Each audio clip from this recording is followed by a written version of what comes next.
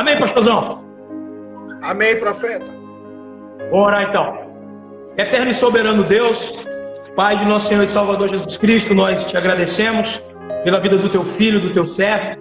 Queremos orar por ele, pela casa dele, pela igreja na qual o Senhor tem usado o teu filho para pastorear e mentorear, ó Deus, muitas vidas. Nós oramos pela família do pastor Arilson, sua filha. Meu Deus, oramos, ó Pai, pela sua esposa, a pastora Darlene. E te pedimos em o nome de Deus Pai, Deus Filho e de Deus Espírito Santo, que o Senhor esteja, ó Pai, operando poderosamente através dessa live, através da sua vida. Deus, derramando sobre nós mais do teu conhecimento, da tua graça e do teu poder, em nome de Jesus. Pastor Arilson, matei no peito, pus no chão, rolei para ti, tá contigo a bola, meu irmão. Amém, profeta. Gente, prazerzão estar aqui hoje nessa live.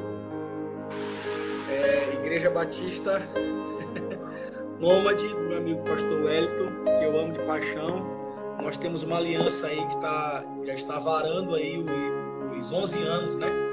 Praticamente 11 anos aí que nós caminhamos juntos no mesmo propósito de pastorearmos São Luís do Maranhão, que é uma missão realmente aí que não é fácil, né? Os desafios que vivemos nesse tempo do fim, tempo difícil esse, que nós precisamos receber de Deus muito discernimento espiritual para sermos pastores e pastores segundo o coração de Deus, porque esse é um tempo que eu costumo dizer que não adianta só sermos pastores, precisamos ser pastores segundo o coração de Deus, né? E essa é a crise do tempo que vivemos. Por isso que Deus vai levantar o profeta e vai fazer o profeta e a nação dizendo: eu vos darei pastores que irão pastorear o povo com ciência, com sabedoria e discernimento, pastores segundo o meu coração. Então, falar sobre a igreja, para mim, é um desafio e é uma paixão, né? Até porque nós somos pastores de igrejas locais, e a gente todo dia vive uma experiência nova. A gente nunca sabe de tudo pastoreando uma igreja local, né? Todo tempo é uma novidade, todo final de semana é uma novidade, é uma descoberta, né? E todos nós sabemos que a igreja brasileira, ela não anda muito bem, né? Porque em uma mesma congregação a gente vive crises constantes de gente que anda com Deus, de gente apática, de gente que abandonou o evangelho, de gente que vive um outro evangelho, de gente esquisita, e em uma igreja com gente que vive e morre pela verdade. E nós também temos aqueles que negociam e trocam a verdade pelas vantagens imediatas, e nós estamos, na verdade, vivendo, nesse tempo agora aqui, nós estamos vivendo um tempo de crise de integridade da igreja. Eu costumo dizer que essa é uma crise na integridade da igreja, né? Então, há um abismo muito grande entre o que pregamos e o que vivemos, o que falamos e o que praticamos. Então, a igreja, ela se profissionalizou em discurso, mas a igreja tem se tornado péssima na prática. A gente fala uma coisa e faz outra. A gente fala e não faz. Então, há um divórcio grande na igreja, no sentido de que há um abismo muito grande entre o que pregamos e o que vivemos, né? Há uma separação, um abismo, na verdade, né? Um vácuo muito grande entre aquilo que falamos e aquilo que praticamos, e a igreja tem esse discurso, né? Tem um discurso bonito, um discurso belo, mas quando você vai ver a vida, não tem nada a ver com a vida. A igreja tem muito carisma, a igreja tem muito carisma, mas tem pouco caráter, né? Tem influência na política, porque nós temos influência na política, mas nós temos pouco poder espiritual realmente, que é o que o povo aí necessita. Então a gente se tornou uma igreja contraditória, em que o discurso mascara a vida e a vida reprova o discurso, né? Essa igreja que a gente vive. Então, quando a gente olha para as cartas aí do Apocalipse, as cartas que meu pastor tem trabalhado nessas quartas-feiras, você vai ver realmente essa realidade que a igreja vive. Essa crise que as 7 igrejas da Ásia Menor viveram realmente são as crises da atualidade, desse tempo, né? Essa crise aonde torna a igreja contraditória, a igreja que tem um discurso que mascara realmente a vida, e a vida acaba reprovando o discurso que pregamos, que falamos. Então, lá no capítulo de número 2, não é isso, pastor? Capítulo 2, versículo 18, vai falar lá sobre a igreja de Tiatira. Se eu não me engano, ela é a 4ª igreja. Como é que é a 6ª igreja? 5ª igreja? 1, 2, 3. É a 4ª. É a 4ª igreja, né? É a 4ª igreja. E aí, pesquisando... Pega um... 4ª igreja, né? Pastorzão. Sim. Me permite sair aqui 2 minutinhos rapidinho. O senhor vai ficar aí, eu volto já. Volto já. Beleza. Isso. Bote os comentários para mim. Saiu. Pesquisando aqui, meus irmãos, sobre a igreja de Tiatira, permaneça conosco aí. Lá no capítulo 2, versículo 18, se você puder abrir sua Bíblia e acompanhar comigo, está escrito assim: ao anjo da igreja em Tiatira escreve: estas coisas diz o Filho de Deus, que tem os olhos como chama de fogo e os pés semelhante ao bronze polido.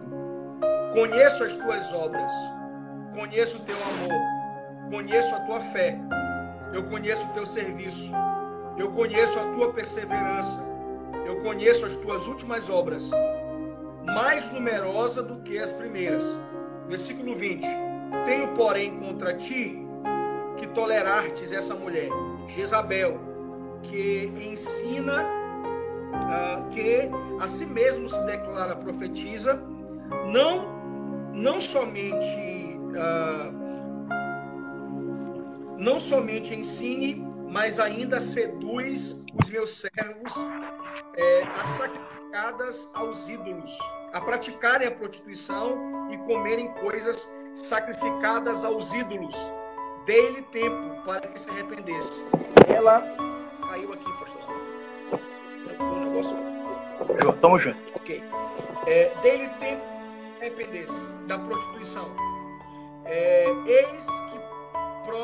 Eis que a próstro de cama, bem como em grande tribulação, os que ela adulteram, caso não se arrependam das obras que ela incita.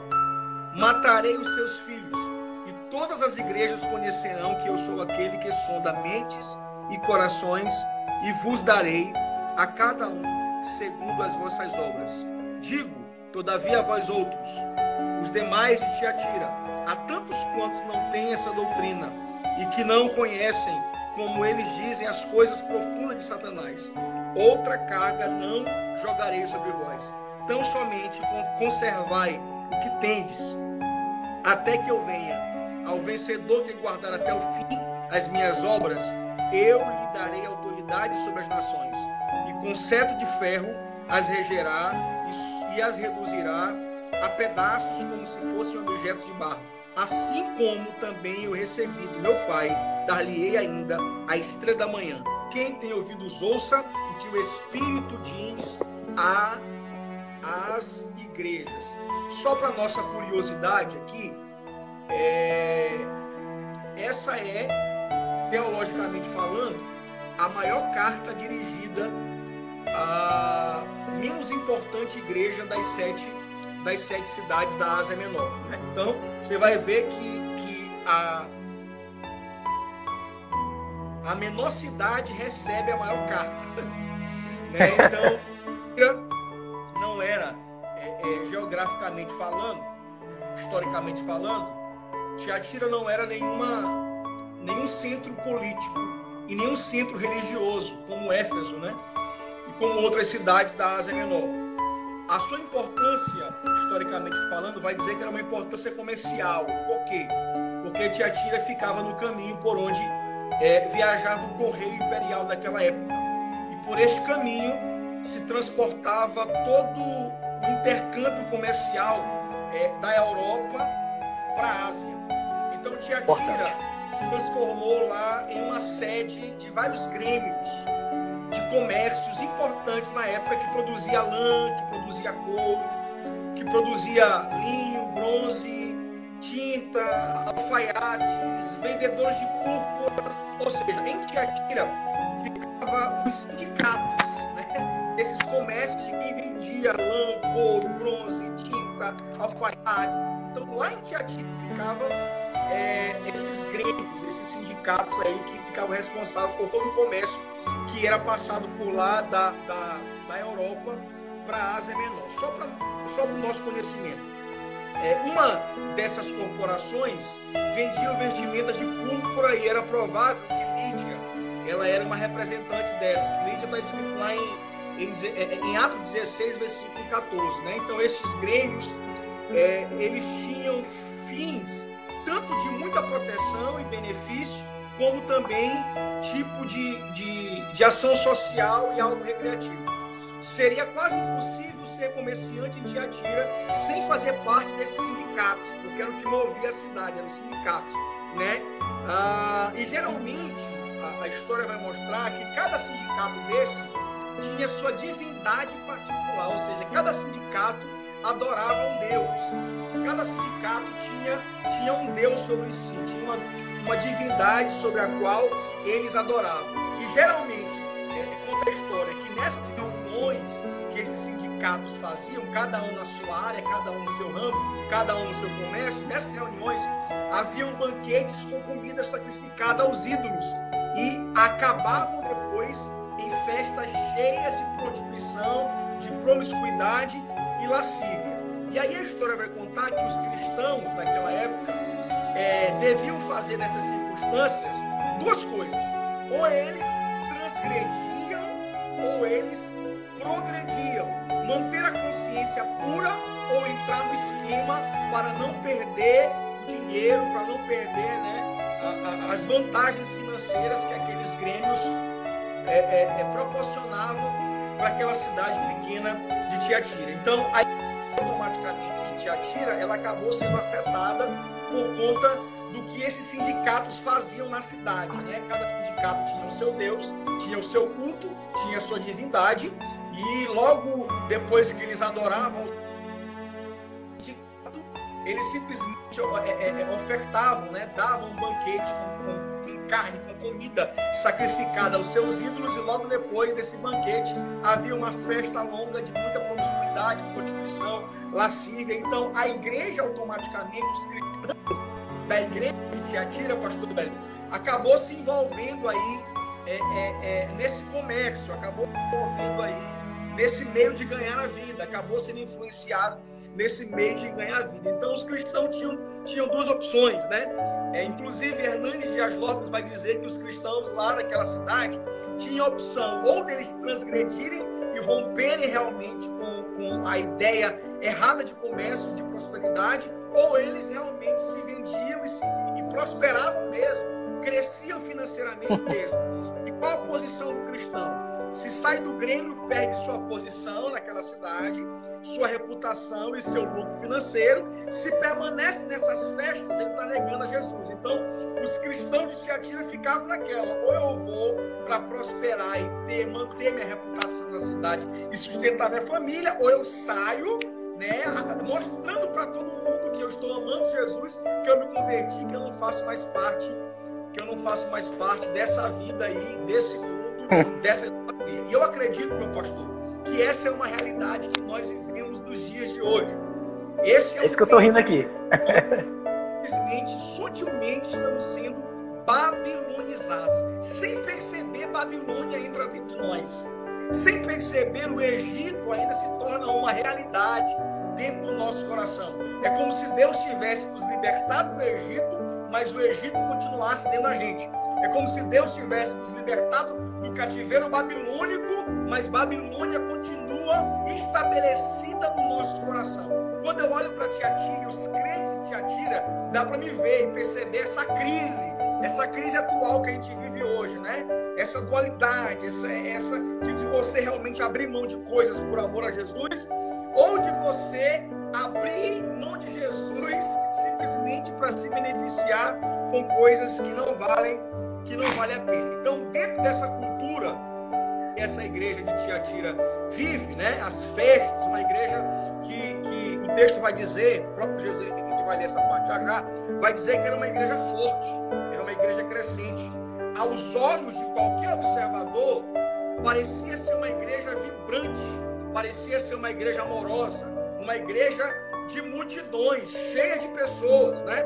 Só que uma igreja dinâmica não significa dizer que é uma igreja que tem a aprovação do dono da igreja, né? Então você vai ver aqui no versículo 19, lá, acompanhe comigo, o Filho de Deus, né, que é o dono da igreja, ele vai olhar para a igreja e vai dizer assim: Tiatira, eu conheço as tuas obras, eu conheço o que tu está fazendo no ministério, eu sei que o que tu faz no ministério é grande, eu sei que você realmente se movimenta ministerialmente, eu conheço as tuas obras, percebe? Aí ele vai dizer: Tiatira, eu também conheço teu amor, não falta amor. Ou seja, amor faltou na igreja de Éfeso, mas em Tiatira não faltava amor. Tinha obras, e além de obras, tinha prática, tinha amor na vida. Ou seja, Tiatira praticava aquilo que ela falava, entregava a cesta básica, ajudava os pobres. Ou seja, tinha obras e tinha amor. Tinha fé também, eles não perderam fé também. Trataram a fé. Eles tinham fé que Deus era o salvador da vida deles. O teu serviço, ou seja, tinha muita obra, pastor Hélio. Era uma igreja que produzia muito, uma igreja que se movimentava no serviço. A tua perseverança era uma igreja que perseverava, não desistia, não dava o braço a torcer. Tudo que se colocava para fazer dava certo, porque era uma igreja que perseverava, tinha obras, era uma igreja que tinha amor, era uma igreja que tinha serviços, era uma igreja que tinha fé, e era uma igreja perseverante. Aí ele vai dizer assim: e as tuas últimas obras, os teus últimos eventos, as tuas últimas conferências, as tuas últimas obras missionárias são mais numerosas do que as primeiras. Ou seja, era uma igreja crescente, era uma igreja que expansão. Quem passava por fora e via Tiatira de fora para dentro dizia: eu quero fazer parte dessa igreja. Quem passava na porta da igreja de Tiatira dizia: uau, que igreja! Além de ter muita gente, é uma igreja vibrante, é uma igreja atuante, ativada, da base que eles distribuem para os pobres. Olha só o tanto social que eles fazem para a comunidade. Olha só o tanto de ações, de impactos evangelísticos que eles estabelecem no bairro. Meu Deus, é uma igreja que quem olhava ela de dentro para fora ficava impactado pelo que ela produzia como igreja, né? Então, uma igreja que sempre fazia coisas melhores a cada instante. Tudo que ela fazia era melhor do que o que ela havia feito. Ou seja, ela se superava a todo instante. Por quê? Porque as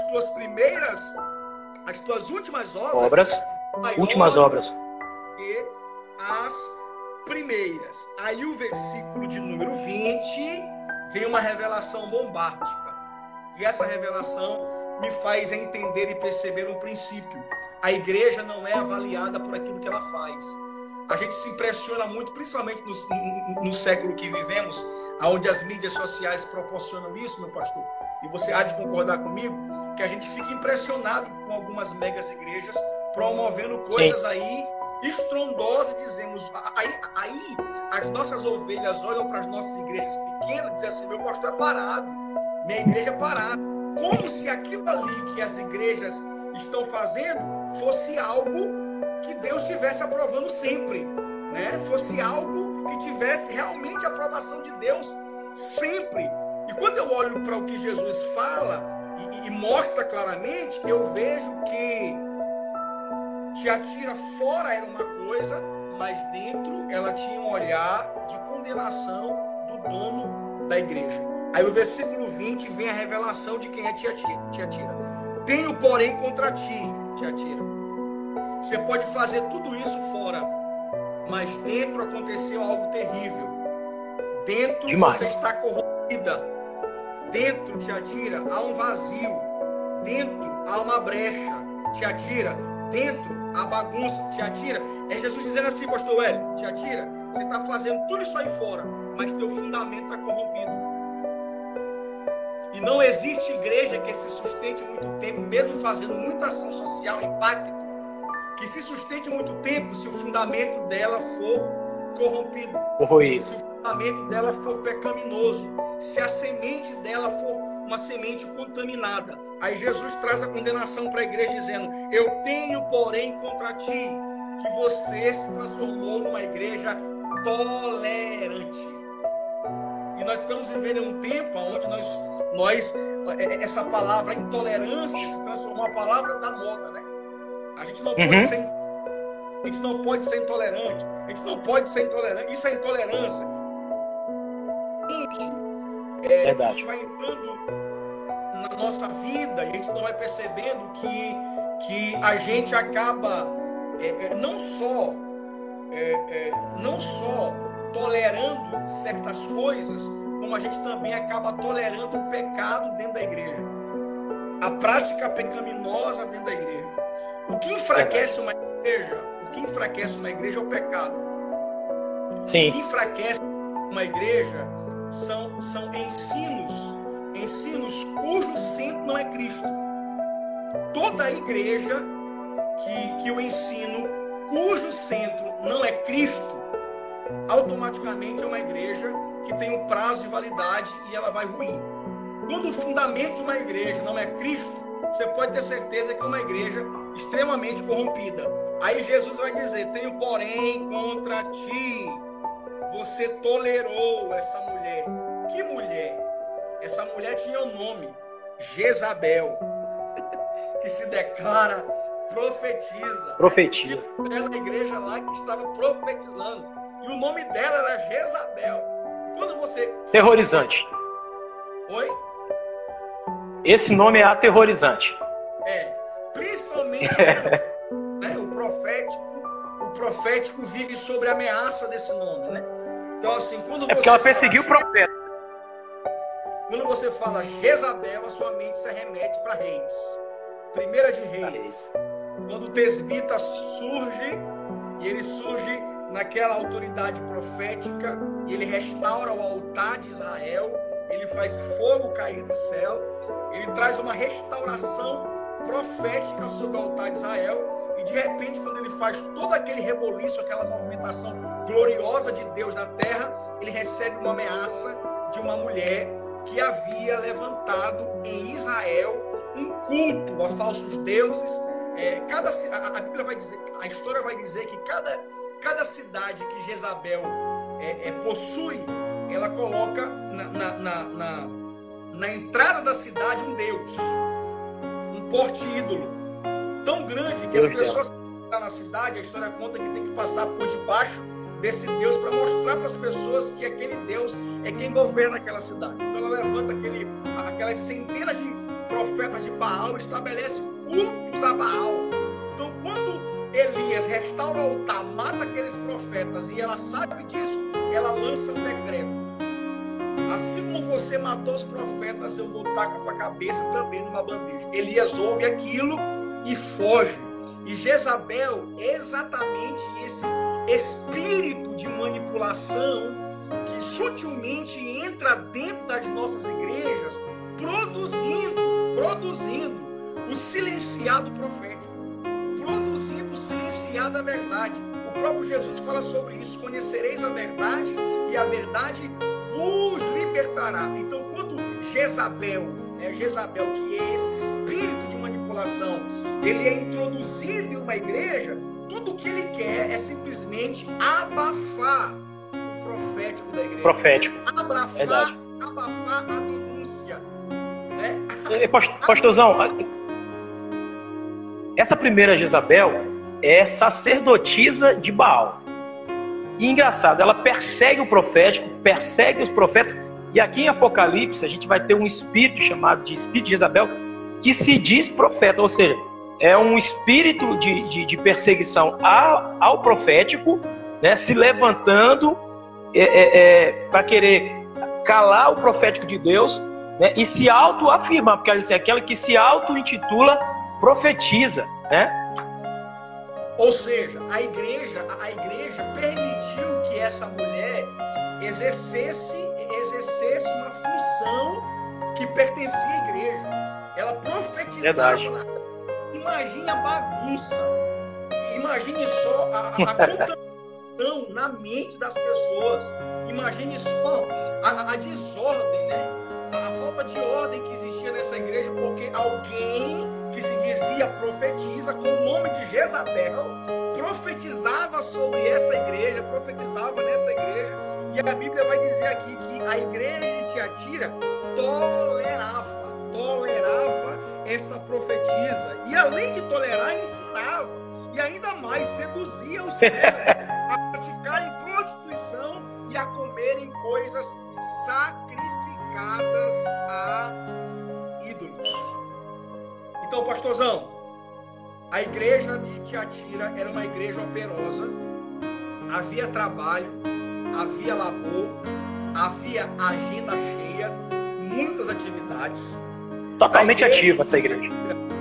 Era marcada por amor, a igreja possuía a maior das virtudes, que é o amor. Era uma igreja recheada de amor. O que faltava em Éfeso tinha em Tiatira. Fé e obras, né? Fé e obras. A igreja era marcada por fé, eles confiavam em Deus. A igreja era marcada por uma perseverança, por uma paciência triunfadora. A igreja passava pelas provas com firmeza, com perseverança. A igreja estava em franco progresso espiritual. As últimas obras da igreja eram mais numerosas que as primeiras. Essas marcas do remanescente fiel e não da totalidade dos membros. Uma igreja simplesmente operosa, porém uma igreja que tolerava o pecado e acabou atraindo a reprovação de Jesus. Ou seja, presta atenção, Tiatira estava crescendo. Versículo 19 fala sobre isso. Satanás procura corromper o interior em vez de atacá-lo de fora para dentro. Enquanto nós, pastores, estamos preocupados com o exterior, Satanás quer simplesmente corroer o interior. O barco não afunda de fora para dentro, o barco afunda de dentro para fora. Então o diabo simplesmente estava vendo a igreja fazer tudo aquilo, mas tudo aquilo que a igreja fazia fora não tinha poder para amarrar o diabo. Eu estava falando hoje com um pastor, e eu disse para ele que nós pastores de igreja, somos especialistas em inventarmos uma guerra de salão. O que é a guerra de salão? É aquela guerra que eu reúno meu povo para orar, para marchar, para sapatear e faço eles repetirem comigo. Repreende Satanás, amarra o diabo e não sei o quê, né? Vamos repreender, vamos fazer uma marcha fervorosa aqui. A gente marcha, sapateia, grita, amarra Satanás. E aquilo ali realmente é uma guerra de salão. Só que o diabo não é amarrado quando eu grito, está amarrado. O diabo é amarrado quando eu vivo uma vida que agrada ao meu Deus. Quando a minha Aleluia. vida é uma resposta da glória de Deus na terra. Satanás, ele perde as forças na igreja quando a igreja ela pratica o que prega, quando a igreja pratica o que fala, quando a igreja simplesmente não vive essa mescla, essa mistura, quando o Babilônia não tem poder de entrar na igreja, quando o mundo não tem poder de entrar na igreja, quando a igreja simplesmente sabe glória a Deus. Sabe qual é o seu lugar, quando simplesmente a gente começa a perceber e entender que aquilo que está fora não pode de maneira nenhuma entrar para dentro, né? E aquilo que é ruim que está dentro precisa ser expurgado, ser lançado para fora. Eu acredito que nós, pastor Coelho, estamos na melhor fase da igreja na terra. Essa fase, eu também creio. Essa fase do fogo da provação, essa fase onde Deus tem queimado a palha seca, onde Deus tem levado para longe a palha seca e tem trazido para perto aqueles que irão prosperar nesse novo tempo. É um tempo onde Deus está peneirando, mostrando quem é de verdade, quem é de mentira, mostrando quem está, quem não está. É um tempo simplesmente aonde Deus está mostrando para a igreja claramente que esse tempo de tolerância a Jezabel acabou. Esse tempo de tolerância profetiza que quer emudecer o profético, quer calar o profético, quer calar a denúncia. E a igreja, a cada dia que passa, existe uma igreja, a cada dia que passa, que está se emudecendo, que está se intimidando, que está se conformando com aquilo que o sistema tem introduzido sutilmente na igreja. essa tolerância precisa existir na igreja. Essa intolerância precisa existir na igreja. Nós não podemos mais tolerar essa manipulação que tenta, de todas as formas, emudecer o profético da igreja, construir essa visão e esse panorama do que Deus tem para fazer nos próximos dias. Porque o que eu vejo nas... Perceba, rapidinho, pastorzão, o que Jezabel faz com Elias? Jezabel simplesmente, quando ameaça Elias, abafa o profético e leva o profeta para o deserto para desejar morrer. Elias não quer mais ministério, Elias não quer mais profetizar, Elias não quer preparar altar, Elias acha Elias não quer mais caminhar, Elias não quer mais simplesmente viver o ministério. Por quê? Porque ele está sob uma pressão diabólica, ele está sob um espírito de manipulação. Isso é terrível. Verdade. É terrível mesmo. Ele começa a atuar na vida de um crente, de um homem de Deus, de uma mulher de Deus. Você não consegue romper, você não consegue fluir. Você acha que o ministério acabou, você acha que não tem mais jeito, você acha que é o fim. Aí Deus aparece para Elias, debaixo do pé de zimbro, quando Elias pede morte. E Deus diz para Elias: Elias, faz o seguinte, você vai comer, meu amigo, você vai dormir, você vai beber. A Bíblia vai dizer que Elias come. Elias comeu 3 dias, bebeu 3 dias e dormiu 3 dias. Só que a Bíblia vai dizer que depois do terceiro dia das para Elias: Elias, você vai caminhar agora 40 dias, meu amigo. Tua quarentena vai ser caminhando. É verdade. Glória a Deus, glória a Deus. Tá faltando só a gente caminhar. Top, rapaz. Top. 40 dias, verdade. Olha o Diego Santiago, time de mim, como sempre. Então, assim, cara, esse espírito, né, que nasce daí é exatamente para tentar emudecer o profético da igreja. Então, lá na igreja de Tiatira havia essa profetisa, né? Não sei quem ungiu ela, profetisa, se ela se levantou a esse ministério, mas ela profetizava. E Jesus vai demonstrar seu zelo pela igreja como? Denunciando essa falsa doutrina, a falsa moralidade, lá no versículo 20, né? Qual era a falsa doutrina? Jezabel estava ensinando à igreja que a maneira de vencer o pecado era conhecer outras coisas profundas de Satanás. Lá no versículo 23 você vai ver sobre isso. Ela ensinava que os crentes não podiam cometer suicídio comercial. Eles deveriam participar dos banquetes dos grêmios, dos sindicatos, e comer carne sacrificada aos ídolos, bem como participar também das festas imorais. O que ela ensinava? Ela ensinava que os crentes deveriam defender seus interesses materiais a todo custo, né? Não, pastor, eu estou ganhando a vida, eu estou trabalhando para sustentar minha casa. Não, pastor, não. Cara, que bog, hein? Que bog, hein, meu irmão? Que bog isso aí, rapaz. Que murro aí no estômago aí, ó. Só lá na Equimate tem. Não. Aí, pastor, agora não é tempo não. Então, assim, ela ensinava realmente os crentes de Tiatira, ela manipulava isso com os ensinos, né? Manipulava os crentes de Tiatira a amar, a defender seus interesses materiais a todo custo, né? Prejuízo financeiro, para ela, era mais perigoso que o pecado. Amava mais o dinheiro do que a Jesus, mas as exigências materiais que as exigências de Deus. O ensino dela, diz a história, era que não há mérito em vencer pecado, ou em vencer um pecado sem antes experimentá-lo. Ou seja, ela induzia as pessoas realmente a pecarem, né? O argumento dela é para vencer a Satanás, é preciso conhecê-lo, né? Pecando, porque só assim Satanás será vencido. Mas a Bíblia diz que não podemos viver no pecado. Nós, os que para ele já morremos. Paulo diz, na malícia sede crianças, que devemos ser simples para o mal.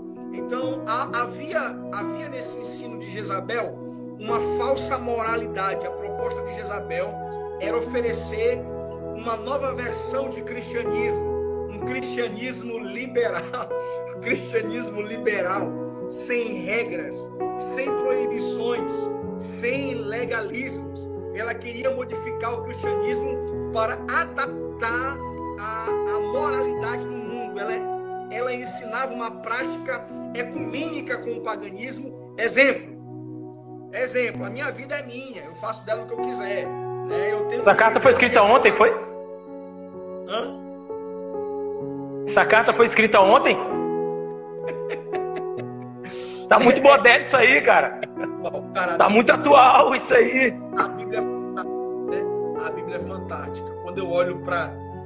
E muito bom isso que o senhor está fazendo, meu pastor. Quando eu olho para as 7 cartas, você percebe a realidade da igreja nua e crua.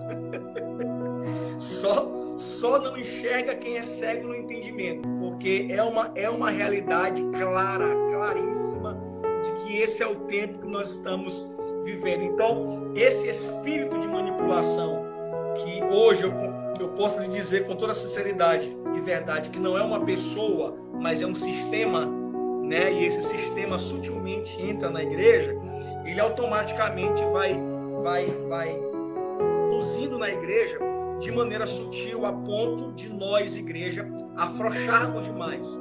E a gente se espanta, e quando menos a gente se espanta, a gente percebe que o liberalismo tomou conta da igreja, e hoje na igreja há uma confusão, ninguém sabe mais o que é certo, o que é errado, o que pode, o que não pode, porque simplesmente nós perdemos noção, senso bíblico de direção de como nós precisamos viver a nossa vida. Então, esse sistema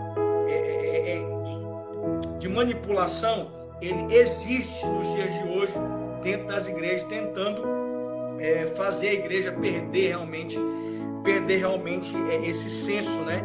Senso de vida, senso de santidade, senso de destino, vivendo realmente essa imoralidade na vida. Então Jesus aparece para a igreja no versículo 22, antes de Jesus tratar a igreja com juízo, Jesus confronta a igreja com disciplina. E a disciplina nós sabemos que é um ato de amor, né? Um ato de amor, porque Jesus ele traz o sofrimento, ele transformou o leito do adultério em um leito de sofrimento, ele transformou o prazer do pecado em chicote de disciplina. E ele está usando todos os recursos para levar essa igreja faltosa, tolerante ao arrependimento. Então, arrependimento nunca será juízo. Arrependimento sempre será Deus nos trazendo de volta para o trilho, nos trazendo de volta para a verdade, nos trazendo de volta para a graça. E a falta de arrependimento implica necessariamente nessa aplicação desse juízo de Deus. E Jezabel, diz a história, que não quis se arrepender. Ela desprezou o tempo de sua oportunidade, ela fechou a porta da graça com suas próprias mãos, ela calcou os pés, o sangue purificador de Cristo e zombou da paciência de Cristo. Agora ela e seus seguidores são castigados com doença. Aí você vai ver, aí isso é tremendo e forte, muito forte. Quando eu li isso, meu espírito tremeu. Você vai ver aí no versículo de número 22 e 23, aquela expressão que o salário do pecado é a morte. Você vai ver que o fim dela, porque não se arrepende, é uma prostração. Ela fica num leito prostrado, fica numa cama prostrada, sem vida, sem vigor, não há mais movimento, ou seja, tudo aquilo que ela fazia não funciona mais, porque ela não tem mais vigor para fazer, porque o pecado tomou conta do coração. E o pecado faz exatamente isso. Quando o pecado ele cresce e nós não nos arrependemos do pecado, automaticamente nós nos tornamos uma igreja prostrada, uma igreja enferma, uma igreja doente, uma igreja que não tem mais pique, mais ânimo, mais fervor para fazer. Tinha, hoje não tem mais, porque simplesmente o pecado pesou, o pecado adoeceu. Então, você vai ver lá no versículo 22 e 23 que o pecado, ele adoeceu a igreja de Tiatira, né? Satanás é um estelionatário e promete vida, mas prega a morte. O juízo contra o pecado será final e completo no dia do juízo. E Jesus não apenas tem olhos como de fogo, versículo 19, aquele que tem olhos como de fogo, né? Olhos como de fogo e pés como de latão reluzente. Ele visualiza essa igreja, ele percebe essa igreja, ele vê essa igreja e automaticamente ela é encorajada a ser fiel até a morte, apesar da apostasia dos outros que seguiram a profetisa Jezabel, lá no versículo 24, versículo 25. Ou seja, é possível manter-se firme na doutrina, mesmo quando os outros se desviam da doutrina. Não é porque os outros estão se desviando que nós vamos nos desviar. Não é porque os outros apostataram na quarentena que nós vamos apostatar. Não é porque os outros se divorciaram na quarentena que nós vamos nos divorciar. Não é isso? Não é porque os outros foram embora na quarentena que nós vamos embora na quarentena. Nós podemos nos manter firmes, mesmo quando os outros desviam. Alguns membros da igreja não apenas tinham tolerado o ensino e as práticas imorais de Jezabel, mas também estavam seguindo outros ensinos para a sua própria destruição. Porém, naquela igreja, dentro daquela igreja, havia uma igreja fiel, pessoas que permaneceram firmes, mantendo a sã doutrina, agarradas na verdade de Cristo, livres do pecado. O jugo de Cristo é suave e leve. Os mandamentos de Deus não são penosos, são fardos leves. Então, ser crente é ser verdadeiramente livre. E é possível manter-se puro na conduta, mesmo quando os outros não se corrompem. Uau, isso é fantástico. Porque nesse tempo que vivemos, a gente acaba indo na onda dos outros, né? Não sei se você teve algumas surpresas, mas eu vi muitas surpresas, muita gente se revelando, muita gente, colocando, externando publicamente aquilo que estava no interior antes da quarentena. A crise trouxe para fora a podridão que estava escondida no coração de muita gente. Isso é uma verdade. Então, a crise, ela tem esse poder de arrancar a tampa do bueiro e colocar para fora a podridão que nós estávamos ocultando. A crise vem para revelar aonde está o nosso fundamento, aonde está a nossa verdade. A crise vem para revelar quem nós somos de verdade. Eu costumo comparar a crise, pastor,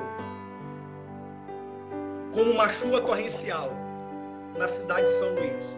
Quando cai aquela chuva torrencial em São Luís, a primeira coisa que acontece, os bueiros estouram. Toda podridão que está errado com o saneamento básico é revelado. Verdade. O lixo vem para fora, o esgoto fica entupido, você percebe que todo saneamento básico é sem estrutura. Então, quando a crise ela vem na vida de um crente, ela vem para revelar aonde nós construímos a nossa casa. Se nós construímos a nossa casa na rocha, ela vai permanecer firme. Se construirmos nossa casa na areia, a Bíblia diz, grande será a sua destruição.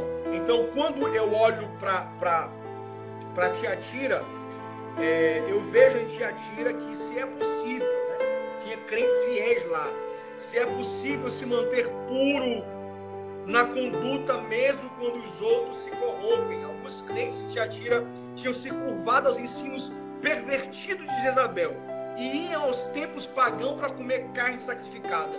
Também participavam das festas cheias de promiscuidade, buscavam conhecer as coisas profundas de Satanás e se corrompiam moralmente. Porém, havia na mesma igreja irmãos que buscavam santificação.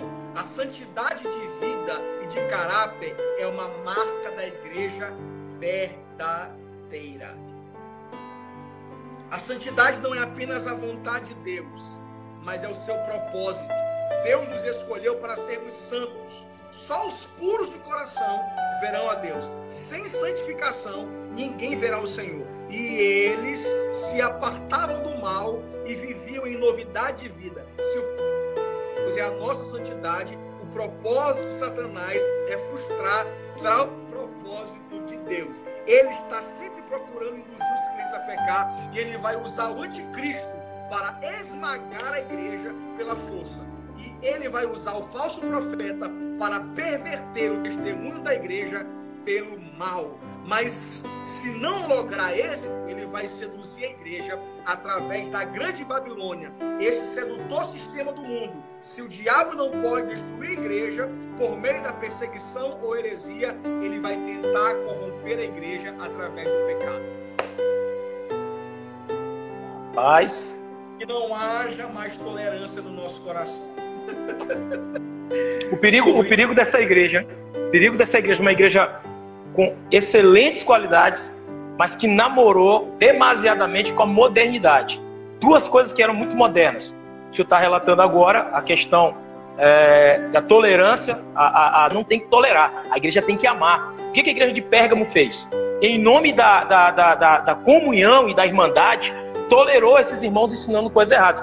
Foi uma igreja forte e vigorosa contra uma situação espiritual lá fora horrível. A frase que eu li, eu até anotei que diz o seguinte: uma igreja com poder financeiro, poder e riquezas, porém sem espiritualidade. Então, uma igreja que morreu espiritualmente, acabou, não tem mais o que fazer, né? Não tem mais o que fazer. Se a gente perdeu a nossa espiritualidade, a gente pode ser a igreja mais ativista, pode ter uma programação intensa, mas vai ser só ativismo, né? Você vê, eu acho assim, se não fosse Jesus falando isso aqui, cara, eu não ia acreditar, não. Ele disse que eles tinham amor, fé. Se não fosse Jesus falando isso aqui, eu não ia acreditar, sabe? Mas Jesus está enxergando. Olha, Jesus, ele conhece tanto o contexto das igrejas. O engraçado é que você vai ver uma análise de Jesus, né? Você vai ver uma análise de Jesus, e aí você percebe que ele não analisa a igreja como nós analisamos. Exatamente. Como é que é a igreja hoje? Como é que você analisa uma igreja hoje? Você analisa a igreja hoje pelas mídias sociais, né? Quantos flyers a igreja posta, quantos vídeos a igreja faz, quantos eventos a igreja está fazendo. Então, a igreja boa hoje é a igreja que faz muitos eventos e faz muitos flyers, muitos vídeos. Essa é a igreja. A igreja boa hoje é a igreja que faz vídeo entregando cesta básica, faz vídeo fazendo conferência, faz vídeo fazendo congresso. Então, você olha a igreja de fora, né? De fora para dentro. Aí você, no seu coração, diz: cara, que movimento bom, que negócio legal, que unção, que fervor, né? Que glória, que avivamento, que bênção. Só que quando o dono da igreja, ele olha a igreja, ele vai analisar a igreja de dentro para fora. Ele vê todas as qualidades da igreja, mas ele, não, peraí, vocês estão fazendo tudo isso, mas segundo a minha ótica aqui, a minha análise aqui, vocês dentro estão corrompidos. Vocês simplesmente estão divorciados na vida daquilo que vocês estão falando, né? Vocês simplesmente estão apodrecidos na prática do que vocês estão pregando, do que vocês estão fazendo. Então vocês são grandes, numerosos, são fervorosos, tem amor, tem fé, tem perseverança, porém vocês estão tolerando o pecado, estão tolerando aquilo que mata a igreja, aquilo que enfraquece a igreja, né? Aquilo que nós nos impressionamos muito com pouca coisa, né? Sim. A gente acha muita coisa, né? A estrutura, as atividades, a programação. O alcance, né? Nós pastores temos uma sensação muito boa quando nós vemos a igreja produzir, quando a gente vê a igreja se movimentar, né? Só que no raio-x de Jesus é muito mais que isso, é muito mais que um serviço, né? É muito mais que uma agenda. Olha o capeta aí. É verdade. Eu acho que é porque tá tendo umas interferências aí Mas tá chovendo aí, pastor. Aqui tá chovendo. Tá não. Tá não? Tá não. Valeu, Nath. Eu não sei onde é que tá aqui, não, o negócio. Acho que eu perdi. Então, assim, Jesus, quando olha para a igreja, analisa a igreja de forma diferente, né? Ele vê realmente o fundamento da igreja. Então, tu diz que tu é uma coisa, mas no meu ver tu é outra. Tu faz a propaganda de algo, tu se propaga sendo uma coisa, mas quando eu te olho de dentro para fora, tu está sendo manipulada por uma profetisa, o pecado está corrompendo, vocês simplesmente estão vivendo essa mescla de vida, essa mistura de vida, porque vocês não querem perder a vida para ganhar a eterna, e para ganhar a eterna tem que perder a vida. vocês querem viver a vida de benefícios, lucrando, não querem abrir mão do lucro financeiro, da reputação, né? Não querem abrir mão do sindicato, vocês não querem abrir mão do sindicato para fazer parte de uma agência poderosa que é o reino. Aleluia. O cara vem para o reino, sai do Grêmio e vem para o reino. Então, assim, a visão de Jesus para a igreja é essa, né? É uma visão interna, uma visão íntima, uma visão realmente de dentro para fora, né? Então, só voltando aqui ao que nós estávamos falando lá, os últimos versículos já. 24. Uma igreja recompensada pela sua vitória. Ah, tá. Ao permanecer fiel ao seu Senhor até a morte. Versículo 26 e 29. O vencedor é o que guarda até o fim as obras de Jesus. Versículo 26. Perseverança é a marca dos santos. Aqueles que se desviam e perecem no pecado são como Judas, filhos da perdição, e nunca nasceram de novo. Ao vencedor, vai os ímpios e reinar com Cristo. Lá no versículo 26 e 27. A falsa profetisa estava pregando que os crentes que não entrassem nos grêmios comerciais e não participassem de suas cerimônias pagãs. Perdiam o prestígio e cometiam suicídio econômico por romperem e faliam economicamente. Mas Cristo ensina que não adianta ganhar o mundo inteiro e perder a sua... Aqueles que vendem a sua consciência e não a trocam Deus pelo dinheiro vão ser honrados, vão assentar o trono e vão julgar Glória os ímpios, darão o mundo. 1 Coríntios 6, 2. Aqueles que têm dominado as suas próprias paixões sobre a terra terão ascendência sobre outros no céu. No dia do juízo, os perversos serão quebrados como vaso de barro. Em vez de desprezo, teremos uma posição de honra, porque vamos reinar com Cristo. Aqueles que permanecem fiel até a morte, eles encontram a verdadeira vida, mas aqueles que querem ganhar a vida, eles perdem a vida, né? Ao vencedor vai conhecer as coisas, ao vencedor vai conhecer as coisas profundas de Satanás? Não, mas as coisas profundas de Cristo. Os salvos receberão a estrela da manhã. Não apenas eles receberão corpos gloriosos que vão brilhar, mas estrelas firmes, mas também vão conhecer a Cristo, a estrela da manhã. Apocalipse 22, 16. Irão conhecer na sua plenitude. Os salvos que permanecerão até o fim, firmes, terão parte não apenas na autoridade do governo de Cristo, mas no mundo, mas também lá na sua glória. Recusando-se a penetrar nas profundezas de Satanás, eles sondarão, viverão as profundezas de Cristo. Cristo é a nossa herança, Cristo é a nossa riqueza, Cristo é a nossa recompensa. Nós veremos face a face e o serviremos eternamente. Ele será o nosso prazer e deleite para sempre. Cristo é o melhor dos banquetes que o mundo pode te oferecer, porque só Ele satisfaz a nossa... Glória a Deus. Né? Então, os que permaneceram fiéis em Tiatira compreenderam claramente na sua consciência que Cristo é quem nos alimenta, é que é um banquete que eles precisam. Então, pastorzão, a gente precisa, só para encerrar a minha participação, nós precisamos parar de querer ganhar a vida que Deus quer que a gente perca. Deus quer que a gente perca. Então, tem uma vida que Deus quer que você perca a vida. Então, esse Aleluia. Estamos num tempo decisivo, um tempo de pressão. E nesse tempo de pressão, você precisa aprender a perder a vida que você Aleluia. deseja ganhar. Repete aí, pastor, repete aí. Repete aí a frase aí. Eu nem sei como é que foi que eu falei. Deus, como é que é? Tá na hora da gente perder a vida. Você quer ganhar, uma coisa assim. Então, assim, tá gravado, tá gravado. É exatamente isso. Enquanto a gente tentar viver uma vida achando que Deus é alguém que é apenas o ômega e não é o alfa, né? Não está no início das nossas decisões, a gente vai viver se perdendo no caminho, quebrando a cara e sofrendo. Então, Tiatira é essa igreja que é chamada ao arrependimento, porque, engraçado, não, só uma observação que eu estava dando uma lida aqui, se você prestar bem atenção,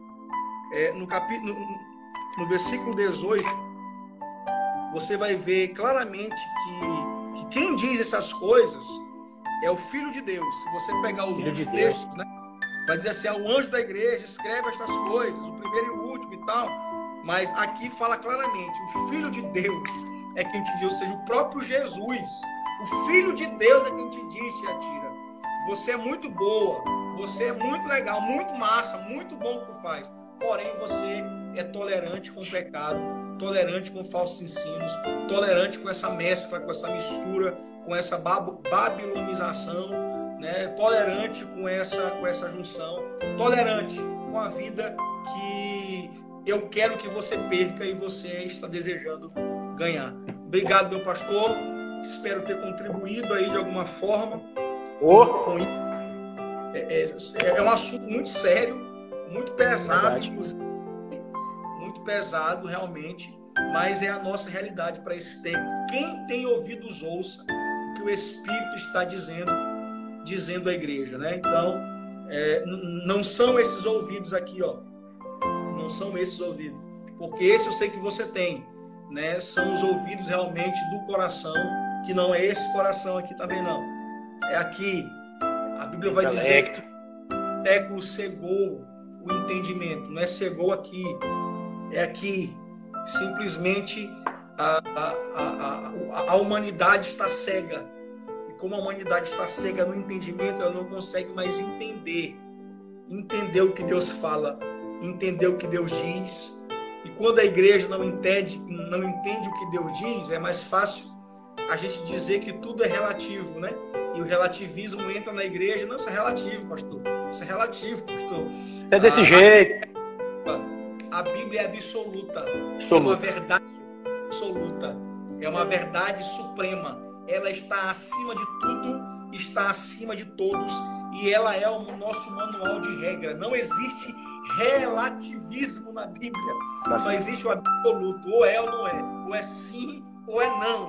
Ou você ama ou não ama. Ou você guarda os meus mandamentos ou você não guarda os meus mandamentos. Não existe meio termo para isso. Então, quando o sistema ele entra na igreja, a gente acaba afrouxando a nossa maneira de pensar e a cegueira vai ofuscando o nosso entendimento e a gente acaba, então, sem perceber, sem sair da igreja, sem sair das nossas atividades, sem sair das nossas conferências, sem sair dos nossos impactos, desviados dele. E esse é um tempo de nós nos arrependermos e voltarmos totalmente para aquele que é o dono da igreja. Ele tem olhos de fogo. Isso que o senhor acabou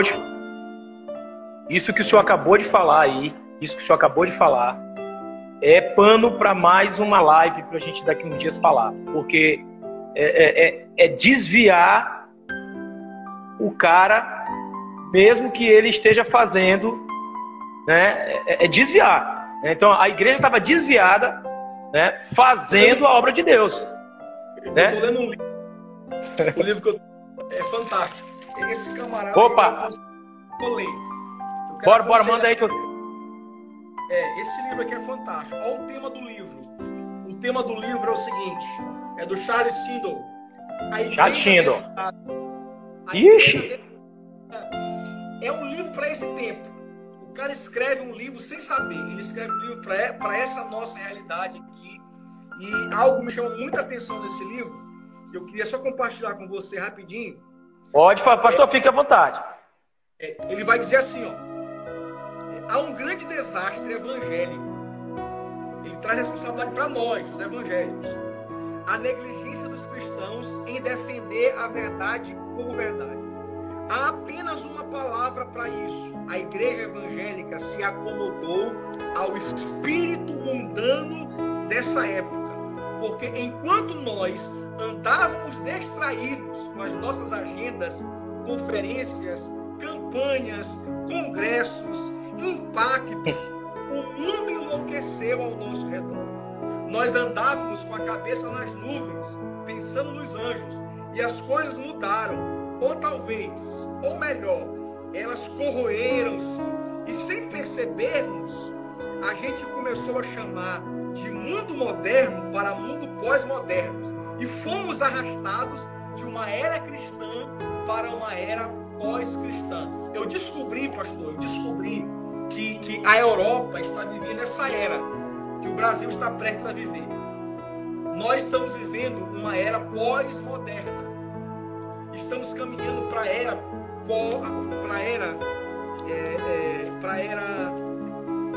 pós-cristã. A Europa está vivendo essa era pós-cristã.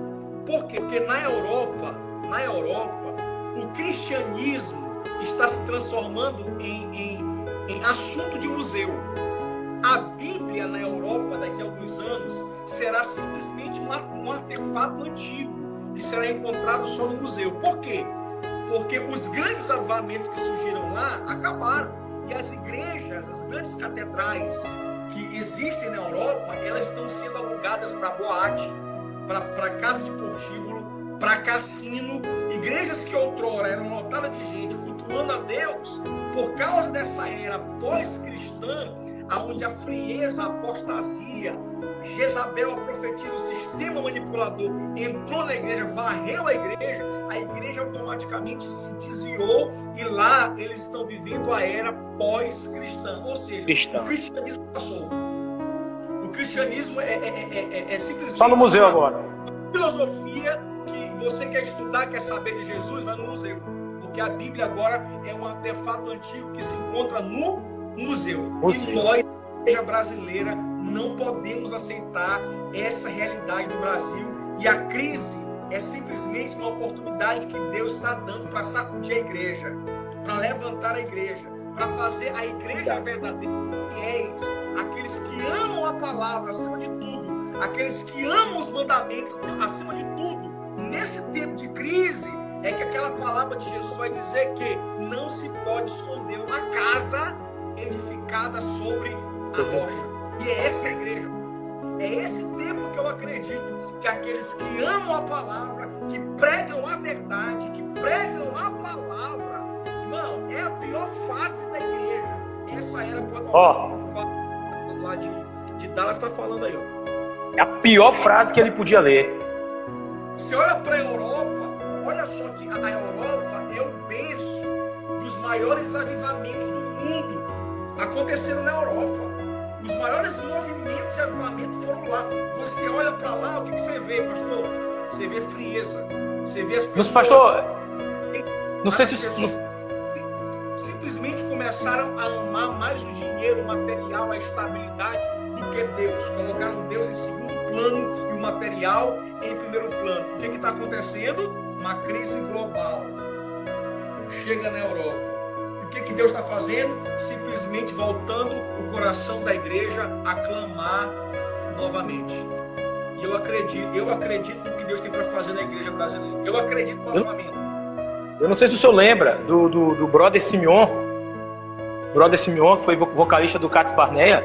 Ele abriu mão da carreira dele aqui no Brasil, foi embora para a Alemanha e está atuando na Europa como missionário.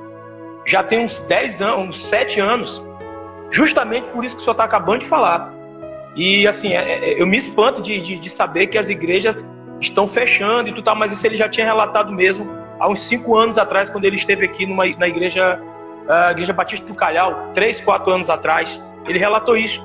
Eu nem sabia, ele praticamente abriu mão da carreira profissional como cantor para voltar para a Europa, né, porque ele é fruto da Europa, para poder evangelizar. E ele disse que é crescente, é iminente, aliás, o crescimento do satanismo e do satanismo na Europa, e por isso muitas pessoas estão apostatando da fé, né? Primeiro por causa dessa questão do dinheiro, né? Por causa do querer vencer a todo custo na vida financeira, e aí a apostasia foi muito grande. Está acontecendo, infelizmente, que isso que o senhor acabou de falar, de grandes catedrais agora serem alugadas para esse tipo de coisa. E assim, pastorzão, é sutil. É sutil. Quando o pós-modernismo ele começa a entrar na igreja, na nossa vida, é sutil. Por quê? Porque assim, ó, a gente começa a interpretar a vida através do pós-modernismo da seguinte forma. só para que você compreenda como isso é uma realidade.